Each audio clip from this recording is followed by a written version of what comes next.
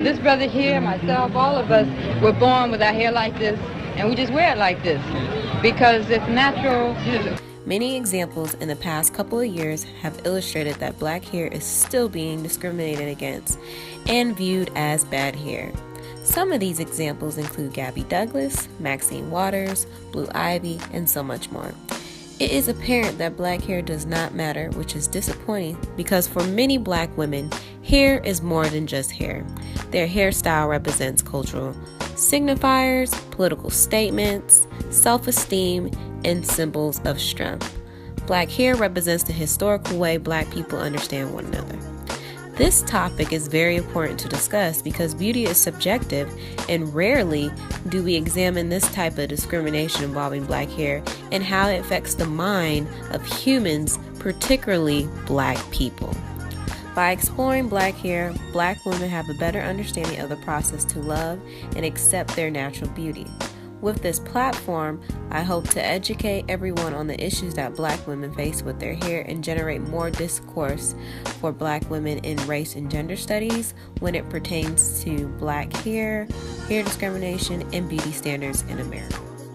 Is hair a conversation? It's a political thing. Is it? It is. A statement? Black women's hair is political. Are you making a statement? I don't intend to, but I do. Why? Why? Why? Why?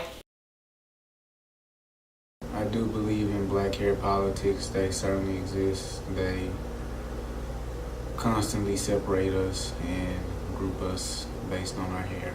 Definitely politics exists in black hair. To me, black hair is top two features of when you make a first impression. One, I believe your smile is very important, and your hair is very important, especially to black women.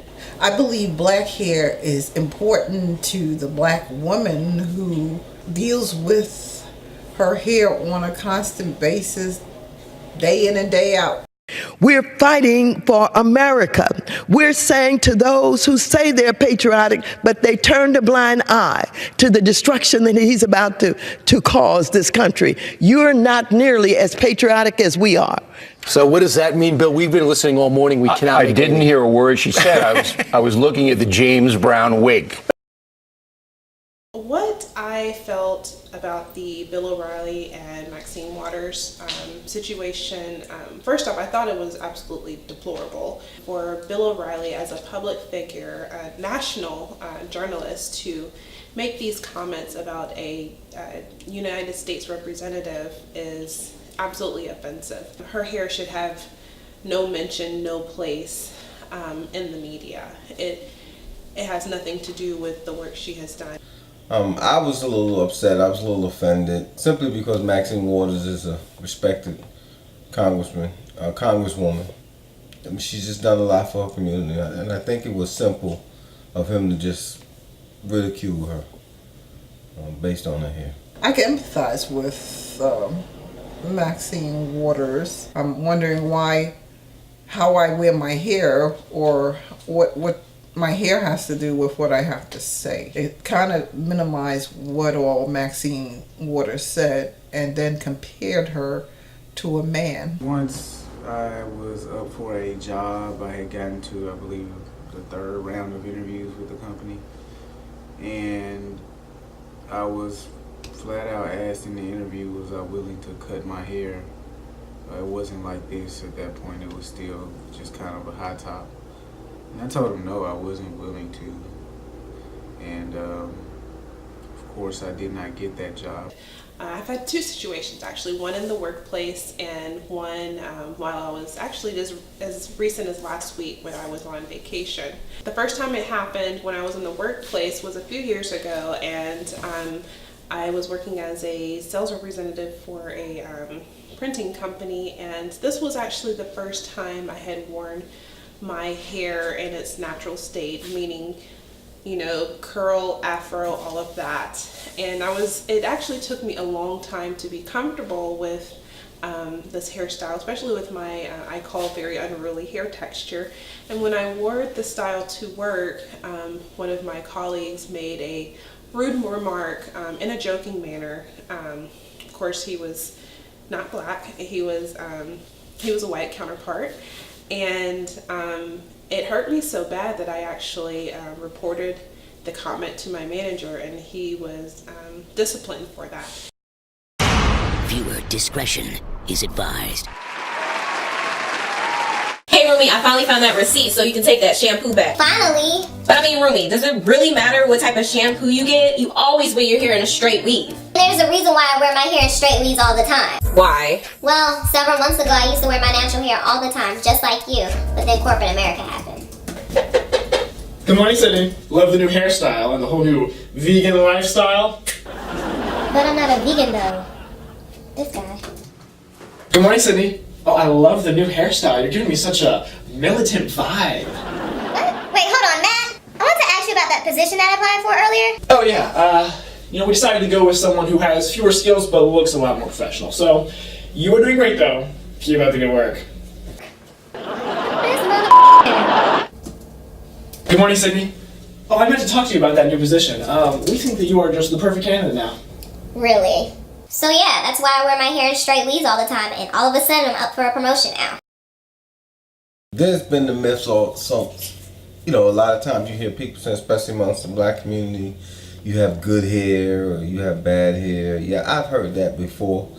But hair is hair. I mean, again, like I say, it makes up who you are as a person. It always seemed as if the hair, that person who had the more straighter hair, I would like to say the type of hair that you probably would see on mainstream TV, that black people would seem to look at that as being more of the acceptable person, the pretty girl with the good hair, the curly or the straight hair. I do believe that, some of the other prettier, others would say prettier or smoother textures are a little more celebrated and are on screen more than, I would say, like the Angela Davis type of afros, or I know the Solange Naturalistas, versus the Tracee Ellis Ross, Yara Shahidi type of textures, where those kinkier hairstyles or afros you don't really see as much on television or in the media. Of course, I believe there's a divide within hair textures. You read about Willie Lynch or any of the early slave trade or slave teachings that's coming. I think that obviously as we progress as a community, that knowledge, that thinking, that idea has become deeper ingrained inside of us, and to the point where we ignore it. We actively ignore it. I'm so tired. Oh God, I'm so fat. Oh my God, look, that gotta be looking well. Let me take a shower.